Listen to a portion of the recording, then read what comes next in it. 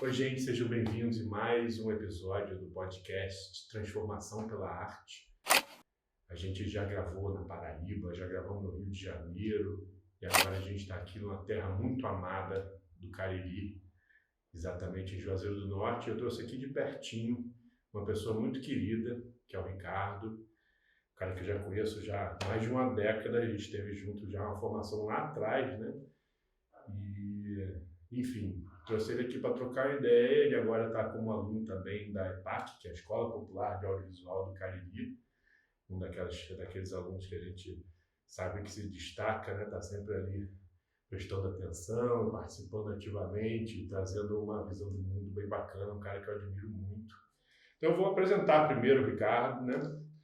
Geógrafo, especialista em educação, pobreza e desigualdade social pela UFC.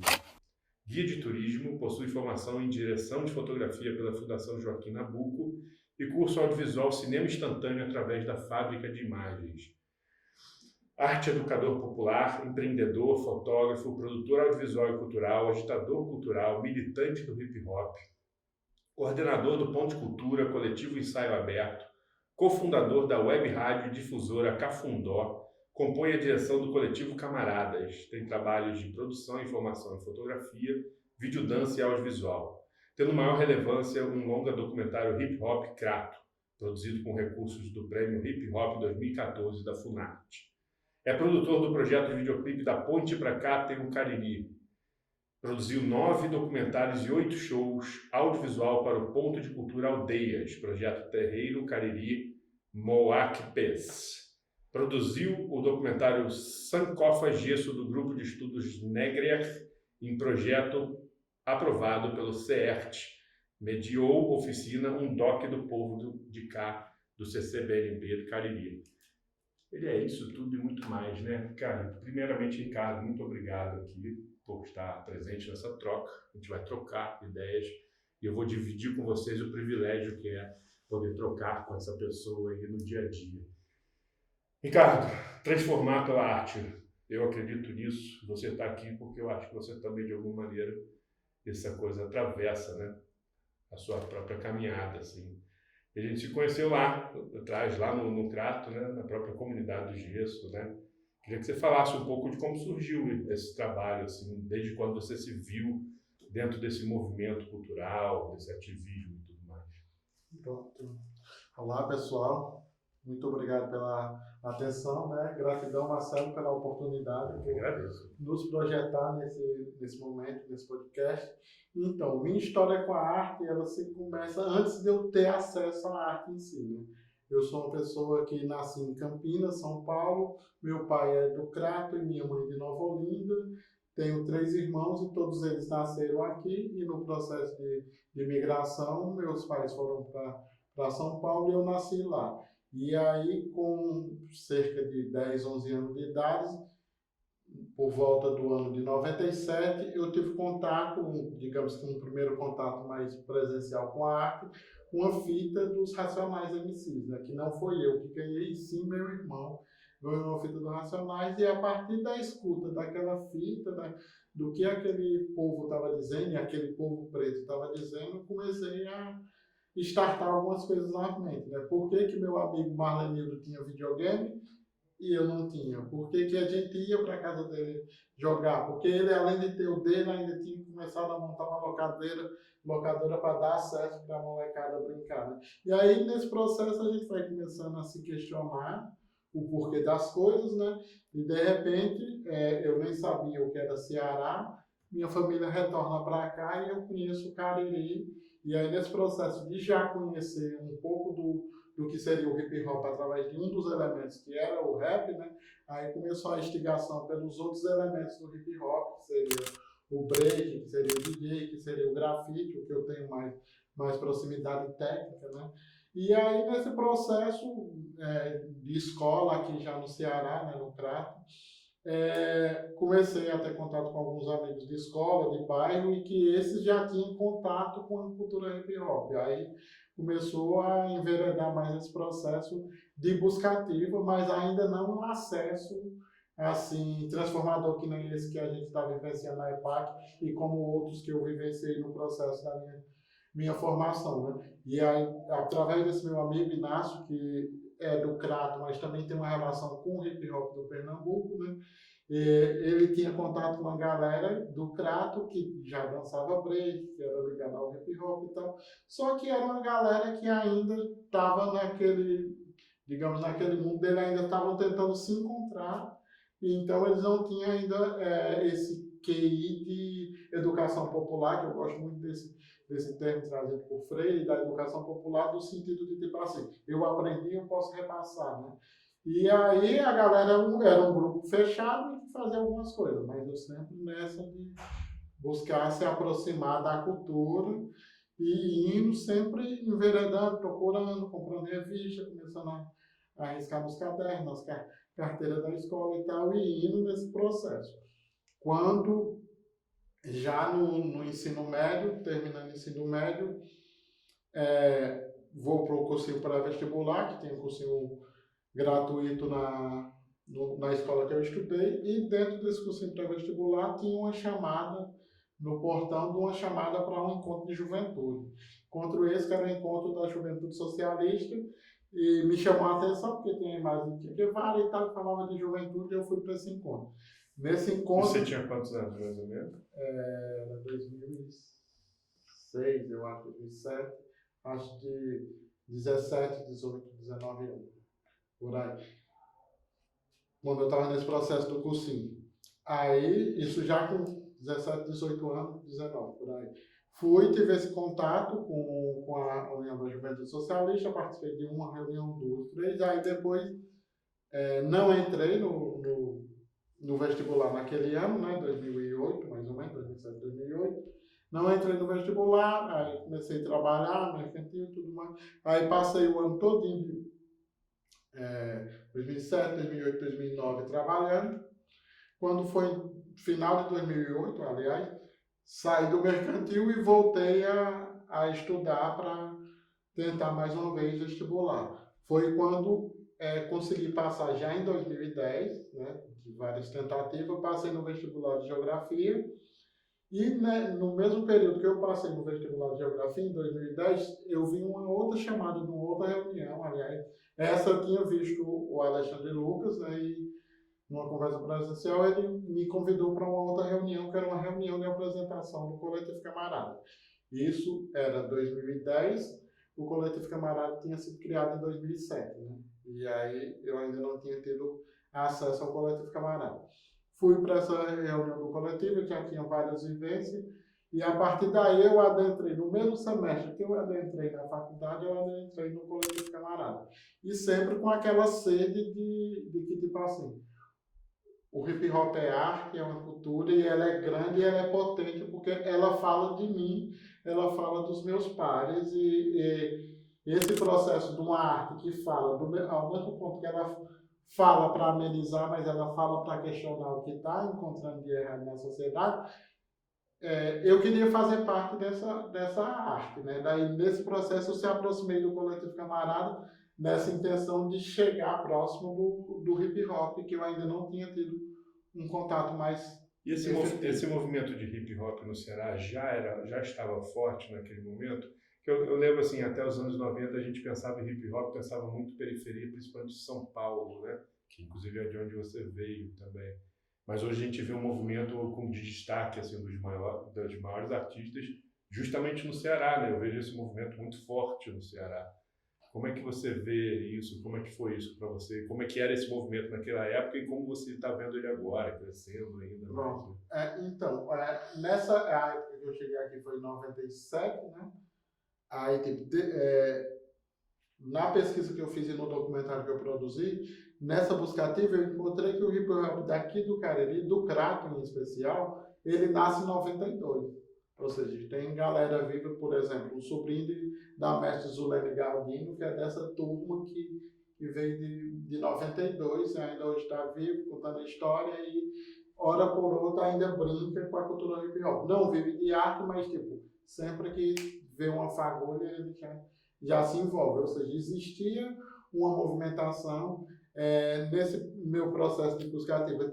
Comecei a ter contato com as novas gerações também. Por exemplo, tem um rapaz que hoje mora Santa Catarina e que ele produziu hip hop, ou seja, era da juventude, da mesma faixa etária do que eu, começou a produzir, daí começou a produzir rap, no caso, tentando ser o original, né, o que era o hip hop, fez algumas produções, não conseguiu avançar tanto, teve um momento que ele fez um CD, um mixtape, que eu achei muito engraçado, porque, tipo assim, como a música da região, o forró da região era o forró da putaria, era o forró estilizado, ele fez um CD de rap na cultura dele, só que o nome era Sexo Atividade e era tipo música bem paralelo ao forró do momento, né? Ou Uhum. seja, é o que a galera costuma muito dizer que tipo, o funk, tem várias vertentes de funk, mas tem um funk que é mais voltado à putaria, né? Tipo, ele tentou fazer algo mais parecido com o forró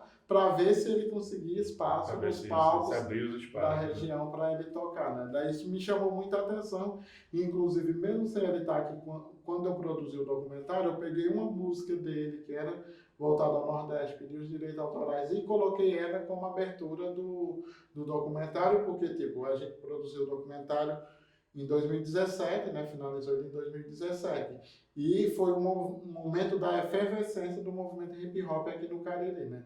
Diga-se de passagem que o Juazeiro, por ter crescido mais, sempre teve mais gente produzindo, mas sempre o Crato sempre lado a lado e nessa movimentação, de sempre tentar continuar. E tanto que, por exemplo, um dos rappers daqui do Juazeiro que mais tem se movimentado em outros espaços para além do hip hop, que é o Dextape, ele costuma dizer que o domicílio artístico dele é o Crato, porque tipo, foi o Crato que possibilitou, através de outras vertentes, espaço para que ele começasse a aparecer mais. Né?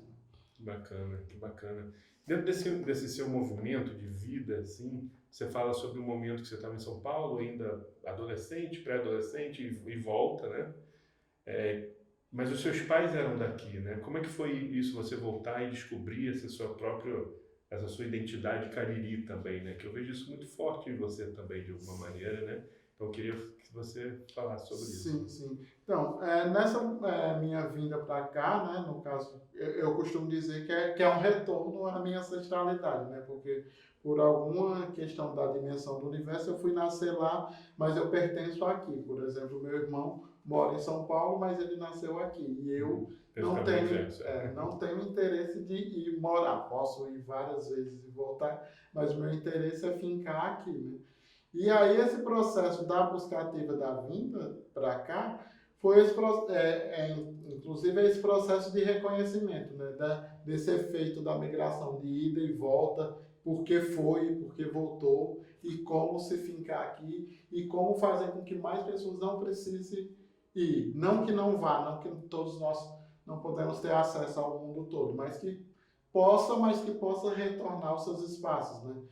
E aí esse processo é um processo que, inclusive, meu pai fez a passagem agora, mas eu venho numa busca ativa desse entendimento que eu sempre me coloco que eu não sou uma pessoa branca, eu sou afro-ameríndio, porque a pele pode até aparecer ser branca, mas só que os traços são traços negros. E quando eu vou buscar árvores genealógicas, tem muito dos povos originários cariri, né?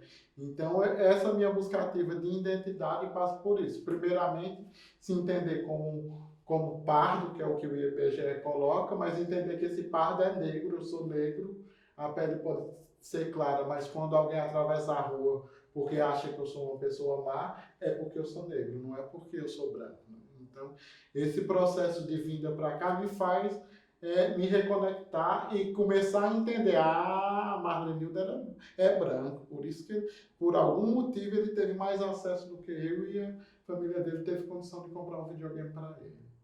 Aí esse processo de vinda para cá vai me dando essas ferramentas para entender que algo está errado e que eu entrar na arte, e a arte é um caminho para a gente tentar questionar isso e tentar discutir isso e transformar isso por meio da arte.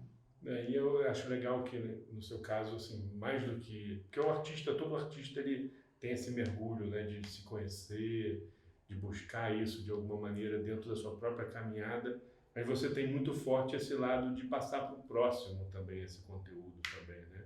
Então, como é que é isso? Como é que é isso lá onde você mora? De onde surgiu essa sua vontade de passar para frente esse conhecimento? Pronto. Como eu falei, meu acesso à arte se dá em primeira mão, essa arte mais engajada, inicialmente se pensando, a partir do hip hop. Mas, primeiramente, no lar, o meu primeiro contato com a arte oficialmente vai ser com a fotografia, que meu pai trabalhava com fotografia, no sentido mais da fotografia comercial, fotografia de aniversário, casamento. Vou aproveitar para te dar mais uma vez os pêsames para passar ao seu pai. Ele foi muito forte, assim, na sua trajetória, essa coisa da fotografia. Então, eu lembro você, 10 anos atrás, que você já estava muito interessado em fotografia, né? E isso só cresceu, né? Sim, sim. Por exemplo, ele já tinha parado há muito tempo a história da fotografia. Quando voltou para cá, ainda continuou, ainda hoje tem as câmeras lá que eu vou, já disse para minhas irmãs, essa é minha.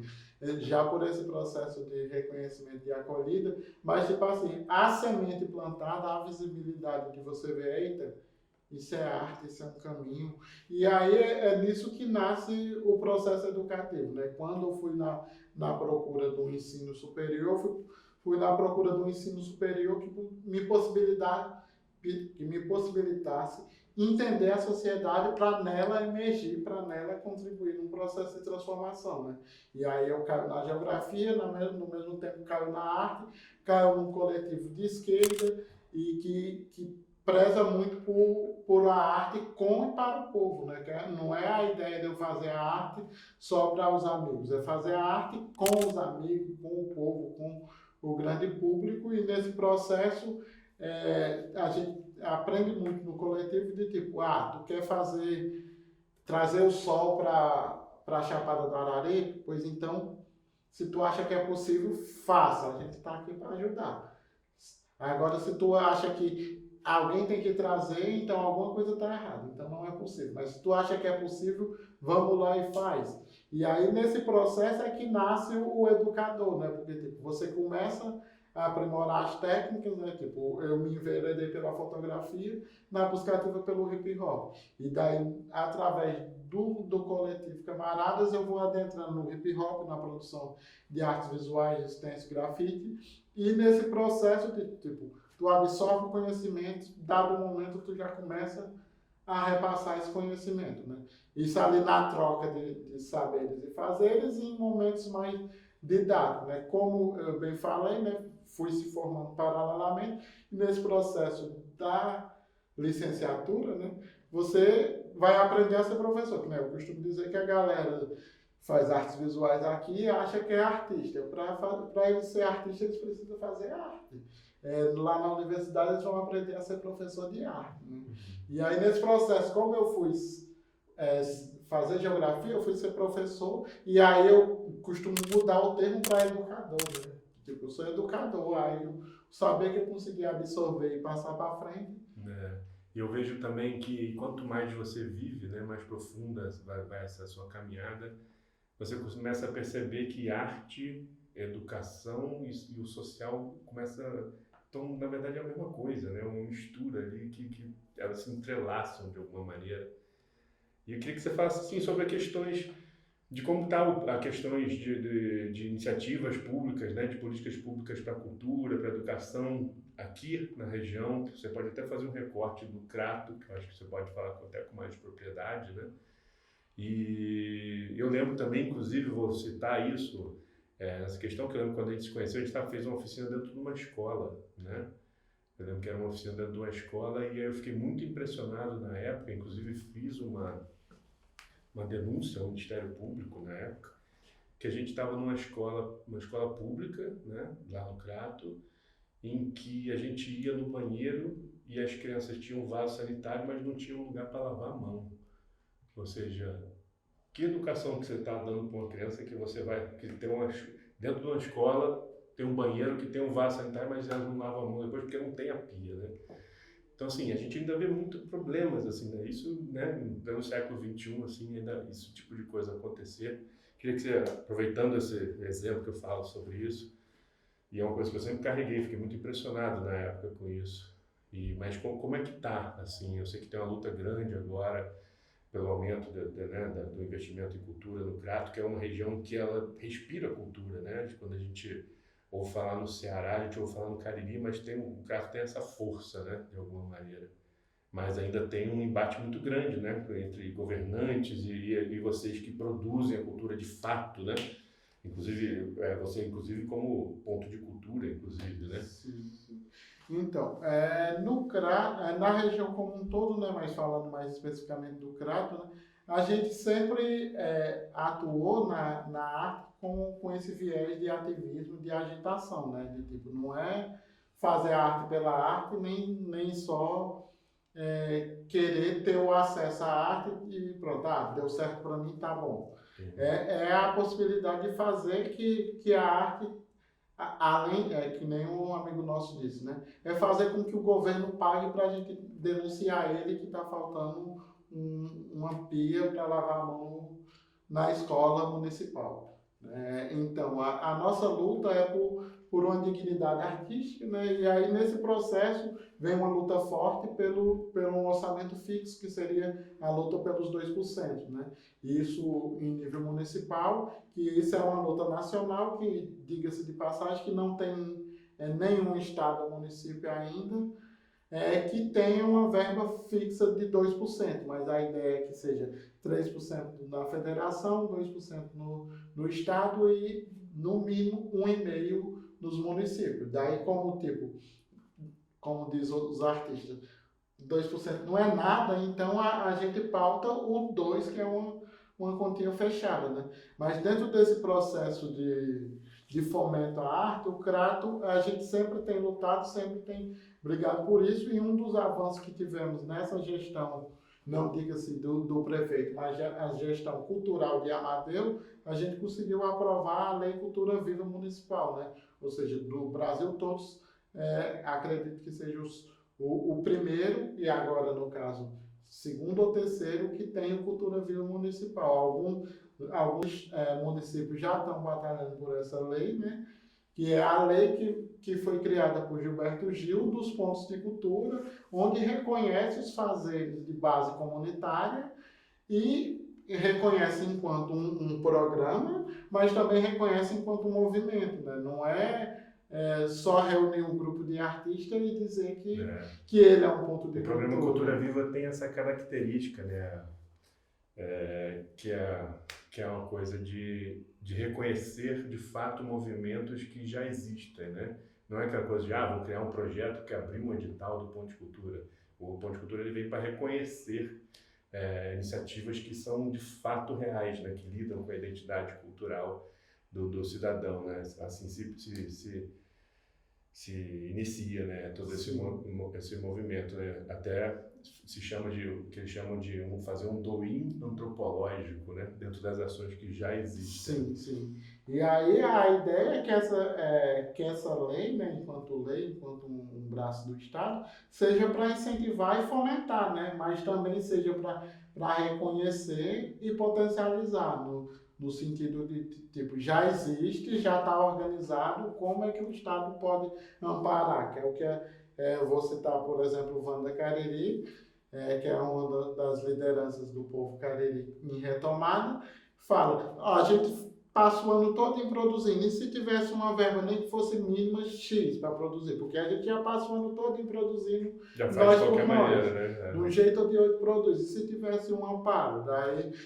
por exemplo, a Amadeu vai falar, não, ainda não existe um mecanismo que a gente possa fazer isso, mas o reconhecimento na lei já é uma coisa, um dos avanços.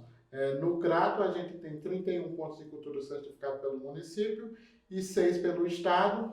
E aí teve a ampliação agora, vai para 42, porque teve a nova chamada do Estado. Mas no do município foi um valor mínimo, só que foi rateado com todos os pontos que se inscreveram, né? A ideia foi ratear com todos, mas nem todos, às vezes, por alguma questão burocrática, se inscrevem. Mas a ideia é que faça com que o recurso chegue a todos.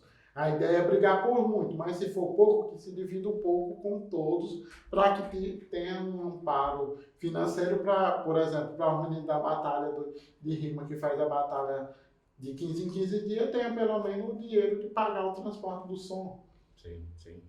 Eu queria só falar um assunto que tem me debatido muito sobre essa questão de que a gente ainda em pleno 2023 ainda nos deparamos com governantes que consideram o investimento em cultura quase como uma esmola, né?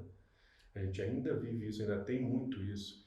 E eu tenho um amigo meu, grande amigo meu, André da Costa Pinto, um diretor querido, um beijo, que está fazendo um projeto de doutorado em que ele fala sobre o investimento feito na cultura. Por exemplo, se você faz um investimento numa ação de formação, como que, se esse investimento não acontecesse, por exemplo, ele faz uma comparação entre pessoas que moravam na mesma rua, duas participaram de um curso de cinema, uma se envolveu com tráfico, outra engravidou a namorada, por exemplo. Então, você faz a comparação entre o que você investe numa formação cultural com o que você vai investir para enterrar um jovem que foi morto, né, por causa de violência, porque está envolvido em questões X ou Y, ou até o próprio de pagar um parto pelo SUS. Então, a questão de você entender que você jogar, né, investir esse dinheiro na cultura, isso realmente é um investimento, não é gasto, né? E porque a cultura sempre tem isso, é o primo pobre, né? Quando qualquer crise que acontece, primeiro corta o investimento da cultura, né? A gente vive com isso o tempo todo, né? Lidando com isso, né? Mas, enfim, que os governantes de alguma maneira consigam, né, entender isso como um investimento realmente, né? Que isso dá retorno, né? Tem, inclusive, pesquisas que falam que para cada R$1 gasto em cultura, 1,5 voltam em outras maneiras, seja em turismo, seja em outras áreas paralelas. E a gente começar a entender isso, para os governantes entender isso como um investimento mesmo, né? Sim, sim. Uma das nossas pautas enquanto Cariri, não enquanto interior, né, é sobre essa descentralização dos recursos, né? Por exemplo, existe uma lei que é 50% capital e 50% interior, que a gente está começando a chamar de outras cidades, porque termina que, tipo assim, só o Cariri já é um estado, né? Tipo assim, é muita coisa acontecendo, muita coisa sendo produzida aqui para você levar em consideração ela em relação a outras cidades bem próximas que, tipo, intermunicipal você está na capital. Então, não faz sentido o recurso ele ser dividido 50-50, sendo que os outros facilmente podem conseguir acessar através de lá esse outro 50% também, né? E aí, quando você fala sobre essa questão, é toda uma cadeia de geração de renda. Por exemplo, a EPAC está instalada aqui. Quantas e quantas pessoas novas não estão começando a circular aqui nesse trecho, consumir nesses espaços, nesses locais? Gente nova que está vindo, que nem você está trazendo outros profissionais para vir nos dar aula aqui. Esse profissional vem, já cria uma ponte, logo mais eles já estão aqui por conta própria.